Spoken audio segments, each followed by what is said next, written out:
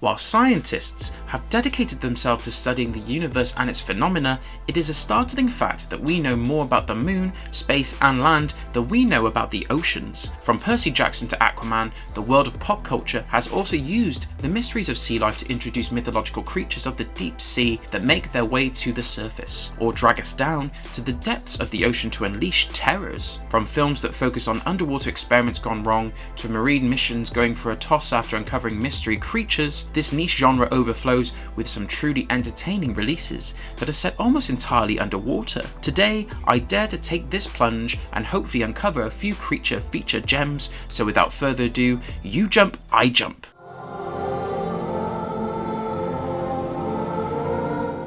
The Abyss, 1989. From the genius behind Titanic and Avatar, The Abyss was a 1989 sci-fi release directed by James Cameron, and if the film's eerie poster was any indication of the plot, the film takes us to the depths of the ocean as the submarine USS Montana sinks to the ocean floor after colliding with a mystery. This causes alarm among US government officials who also suspect Russian involvement due to the ongoing Cold War. With a hurricane on the way, the officials rush to send a SEAL team led by a broken up couple to an experimental underwater drilling platform to look into the sunken submarine, and soon discover non-terrestrial intelligence, or an NTI, near its crash site.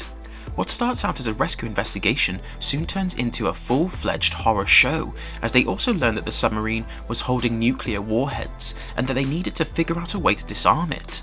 Now, the plot does seem deceptively simple, but with each scene, tensions run higher and higher as the rescue team is tasked not just with bringing the original team back, but also with figuring out how to deal with the NTIs. In fact, this non-terrestrial intelligence even guides the rescue team's foreman to a massive alien city in the depths of the ocean trench.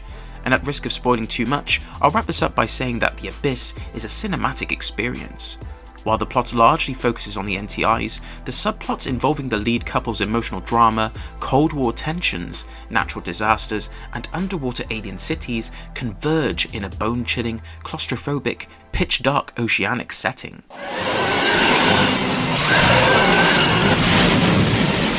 Deep Star 6. Starting out as a sci-fi horror, Deep Star 6 was directed and co-produced by Sean S. Cunningham and set aboard an experimental deep-sea US naval facility.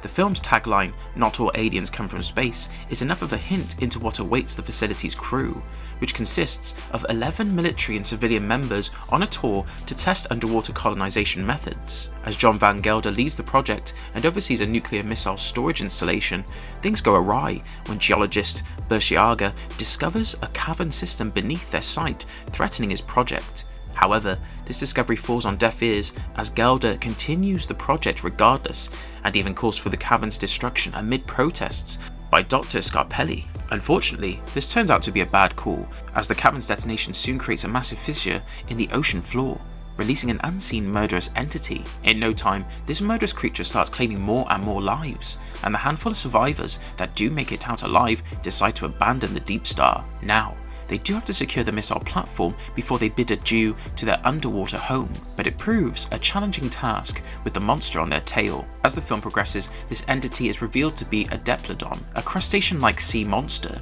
and its aggression and anger towards invaders of its home soon result in the full-fledged destruction of the Deep Star 6. While the Diplodon eventually dies at the hands of submarine pilot McBride, this comes at the cost of a majority of their crew's lives, in addition to the facility's destruction. Packed with tension and thrills, this film does a terrific job of creating a nail-biting atmosphere as panicked characters are killed off one by forces beyond their imagination. It can also be interpreted as a commentary on humans invading the natural habitats of sacred, endangered species, and how this often has serious consequences for all parties involved. As far as the cinematography is concerned, Deep Star 6 does an impressive job with the visual imagery and special effects for a B-movie, and the monster's character design especially stands out among a pool of other predictable sea species.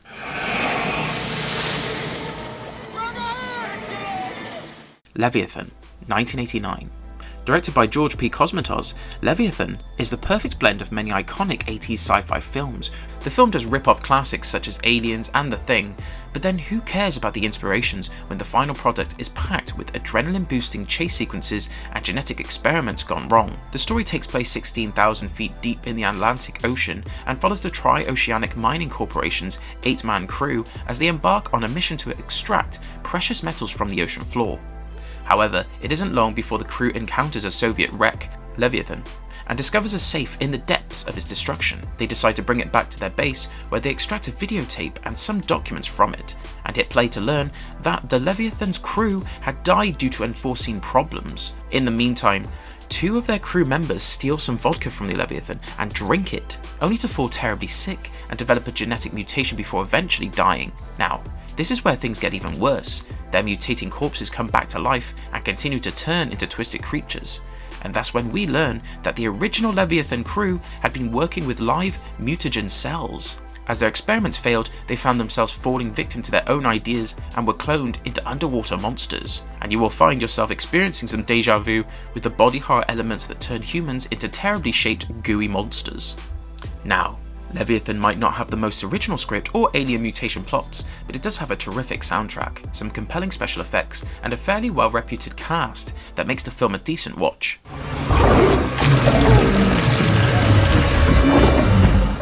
Underwater, 2010. With a poster warning us about an awakened creature 7 miles beneath the ocean's surface, the 2010 sci-fi horror directed by William Eubank leaves little room for mystery. However, what catches us off guard is the extent of the horror, especially as it begins with an earthquake at the Kepler 822 research and drilling facility. Now, a natural disaster does not sound like the start of a creature feature horror, but things go awry when the earthquake destroys part of the facility and the crew, including Nora, Rodrigo and Paul, rush to the escape pod bay, only to learn that it has also taken a hit. The crew then scrambles to find a control base and takes on a couple more survivors along the way, when Captain Lucian suggests they use pressurized suits to walk about a mile across the ocean floor to another facility. Now, a 1-mile walk in the pitch dark ocean definitely sounds nightmarish, but the underwater adventure takes an even darker turn when they find death and destruction all around.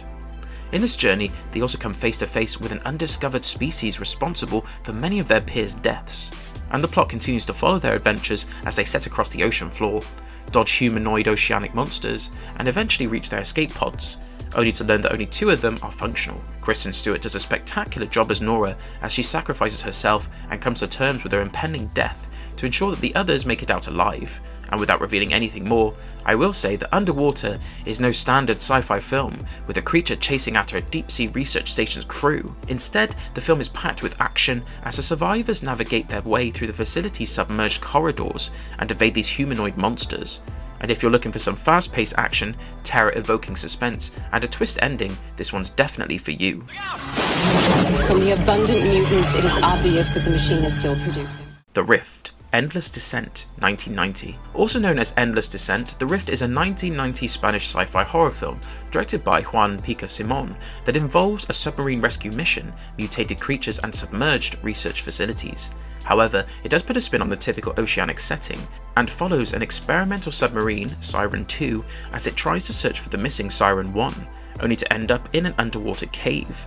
The Siren 2 eventually traces the first submarine's black box in an underwater rift, and against all odds makes their way through a toxic weed plant to make their way through an elaborate cave system. Somewhere along the way, the Siren 2 is also compromised by these toxic weeds, and the cave system turns out to be a booming spot for the Context Corporation's illegal genetic experiments. In a shocking turn of events, the Siren 1's engineer, Wick Hayes, is proved right when the crew realises that the first submarine went missing due to Context's tampering with its original design, and that the corporation had used them as a means to accomplish their experiments. Moreover, they do successfully produce a range of mutant creatures, and even if Endless Descent comes across as a typical underwater mission gone wrong, you're going to come out of this with a lot more to talk about than that. With the fantasy creatures, capitalistic schemes of exploitative experimentation, and an underwater setting focused on deep water caves, The Rift makes the most out of a low budget and a B-movie cast, and is often praised for its action sequences and high entertainment value. Lords of the Deep, 1989.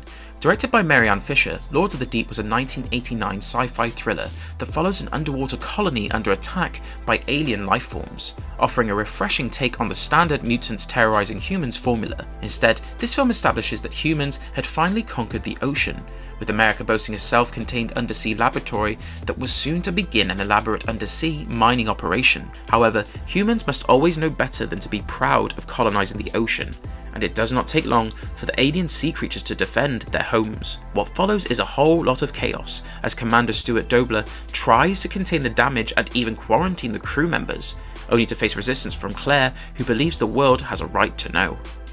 Unfortunately, this does not end well for any of them, as the creatures start getting to the crew members one by one, except for Claire. In some strange way, they sense her humanity, and even invite her to their colony on the seabed, where she discovers a couple more abducted crew members. On the one hand, we learn that these alien species are benevolent entities trying to reach their base and help humanity by warning them of an incoming earthquake, but Dobler's crazed attempts to destroy them cause more trouble than they could have ever anticipated.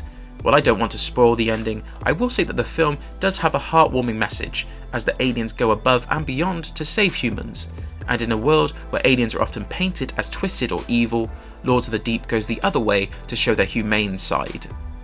Naturally, this premise surprised audiences who expected gore, horror and bloodbaths, and were instead served a lesson on humanity's greed and evil. But if you're looking to switch things up, I say that Lords of the Deep might just be perfect for your next movie night. The Deep, 1977. Following a vacationing couple, David and Gail, The Deep is set near Bermuda and follows the lead couple's scuba diving adventure that leads them to discover some artifacts. The film was released in 1977 and was inspired by Peter Benchley's 1976 novel of the same name, and as the couple inspect the artifacts, they find a glass ampoule with mysterious liquid and a gold medal with a woman's image and the words SCOPN carved onto it. Now, they don't get much time to discuss these findings as an unknown sea monster grabs Gail's wood baton and brings them back to reality. And as they make their way back to the shore, their interest in the medallion drives them to seek the expertise of historian Roma Treese. What follows is a full-fledged hunt as a local drug kingpin also seeks the couple to buy the mystery glass ampoule, which supposedly contains a medical morphine from the sunken Goliath that can be traced all the way back to World War II. While the ship had been off limits to divers, a recent storm had unearthed a much dated Spanish treasure wreck underneath it, and the drug lord then commissions Treese to retrieve the glass ampoules. Their research also reveals the wreck's history and what it contained, and Treese eventually decides to betray them and destroy the Goliath, while the wreck survivor Adam Coffin joins his mission with plans to keep the treasure for himself. Unfortunately, these backstabbing crew members never get a chance to bring their schemes to fruition as they start killing one another, and if that wasn't bad enough, they are also being haunted by a giant eel that kills one of their crewmates.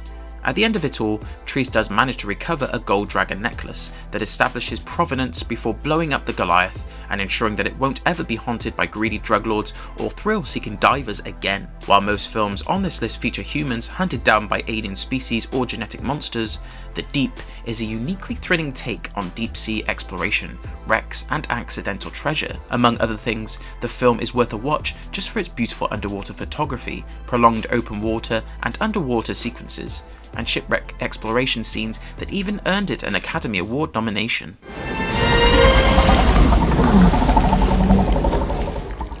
Deep Rising, 1998. Moving away from experiments gone wrong and shipwrecks, Deep Rising follows a luxury ocean liner, the Argonautica, that falls into trouble on its maiden voyage. Now, you might know this film as a cult classic, but when it was first released in 1998, director Stephen Sommers could have never guessed it would go from a critical failure to a beloved classic in the genre.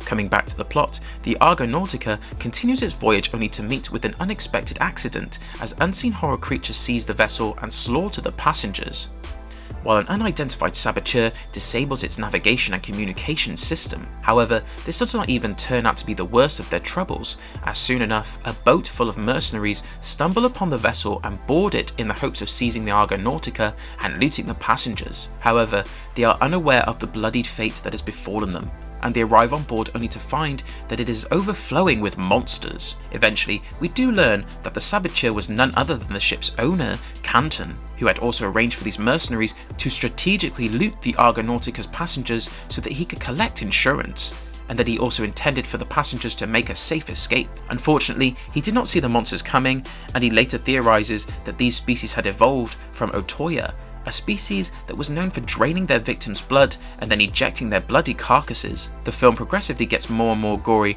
as Canton tricks the mercenaries as they make their way through the ship and fall victim to the creatures, who are eventually revealed to be the tentacles of a singular deep-sea monster, the Octolus. Now, the film does end with an explosion that destroys both these boats as well as the monster, and while the ending can be a bit daunting, Deep Rising does deliver some state-of-the-art special effects.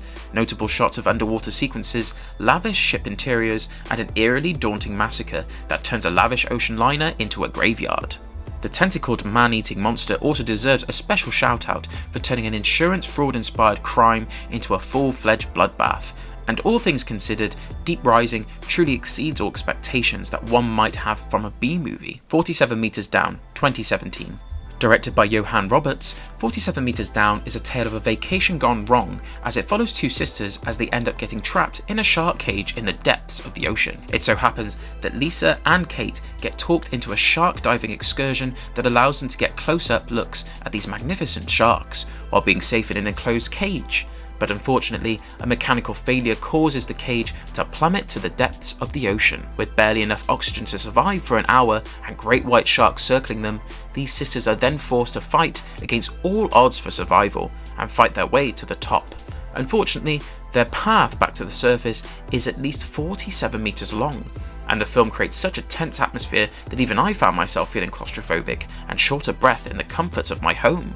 47 Meters Down does a terrific job of capturing the helplessness of being trapped with nature's most dangerous predators, and what really caught my eye was just how well it builds tension and induces a sense of panic without showcasing sharp brutalities on screen. It evokes a sense of dread in the audience with some classic jump scares and a sustained tense atmosphere, and paired with cheesy dialogue and some terrific underwater shots of sharks circling the cage. I'd say this film makes a compelling case for itself and stands out among hordes of creature features. The Evil Below, 1989. While many fans have argued that The Evil Below comes across as a much scarier film than it really is, I'd like to take this video as a chance to point out just how spectacularly the plot turns a simple diving expedition into a cursed wreckage exploration on a tight budget. The film was released in 1989 and was directed by Wayne Crawford, who also plays the leading role as an adventurer named Max Cash. As he embarks on a journey to find treasure on a cursed shipwreck, the El Diablo, he finds company in June Chadwick's character, Sarah Livingston, a tourist who also expresses her interest in seeking the ship's treasure. Soon enough, they team up and even dodge a local crime lord and a businessman who spread rumours about the ship being guarded by a supernatural sea monster to seek the truth for themselves. But the film also manages to hold its own with stunning sequences of underwater reefs, a plot that blends horror with thriller and even romance, and off-screen killings that take place against an eerie soundtrack, with thumping cues that warn us of incoming danger and POV shots that make you feel like you're right in the midst of the action. I'd say that this film deserves a lot more praise for executing such an ambitious plot on a budget. The final product might be a little rough around the edges, but again, it is part of the B-movie experience, and any true underwater horror fan would only be excited at the prospect of a low-budget thriller. And with that, I re-emerge to the safety of land, unscorched by the terror of these magnificent, larger-than-life beasts. From the Diplodon in Deep Star 6 to the unnamed monster in Deep Rising, all these creatures manage to carry the film's plot with their mysterious, unpredictable moves. Moreover, the ocean only heightens the mystery, and the pitch-dark setting, paired with giant monsters that creep up on unsuspecting victims, makes for an elite combination. I hope you enjoyed exploring these underwater creature features with us, and I'd love to hear your favourite picks in the comments below.